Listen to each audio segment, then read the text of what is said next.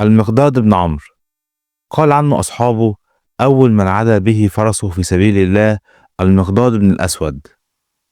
كان قد حالف في الجاهلية الأسود بن عبد يغوث فتبناه، فسمي المقداد بن الأسود، حتى نزلت الآية الكريمة اللي بتمنع التبني، فنسب لأبيه عمرو بن سعد، فرجع اسمه تاني المقداد بن عمرو. والمقداد كان فارس قوي وضخم وشديد السمرة، وكان من أول المسلمين وسابع سبعة جاهروا بالإسلام، وهاجر مع المسلمين للحبشة، وبعد كده رجع تاني على مكة. ولما هاجر رسول الله للمدينة فضل المقداد في مكة ومقدرش يهاجر مع الرسول، لحد ما بعت سيدنا محمد صلى الله عليه وسلم سرية بقيادة عبيدة بن الحارث، والتقى بمجموعة من المشركين بقيادة عكرمة ابن أبي جهل. وكان المقداد بن عمرو وعتبة بن حزوان خرجوا مع المشركين عشان يتوصلوا للمسلمين، والتقى الفريقين وما حصلش بينهم قتال، فانحاز المقداد وعتبة للمسلمين.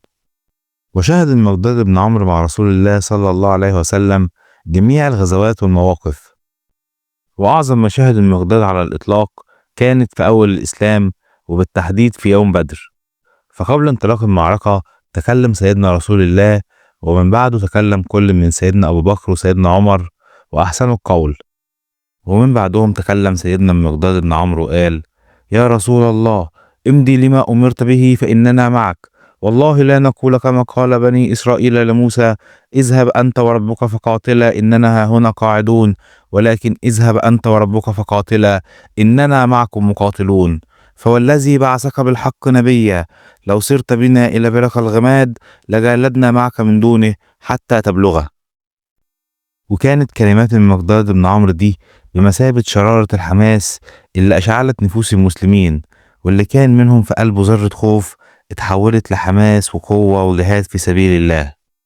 وفي هذا اليوم كان المسلمين يا إما مشاة أو على الجمال، وما كانش منهم صاحب فرس إلا 3 بس، ومنهم المقداد بن عمرو.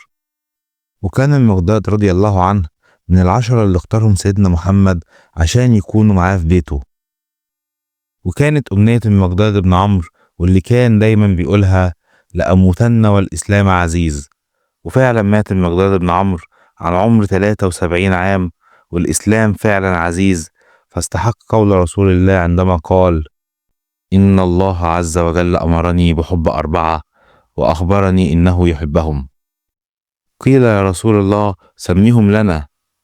قال: علي منهم، وأبا ذر، والمقداد، وسلمان. صدق رسول الله صلى الله عليه وسلم.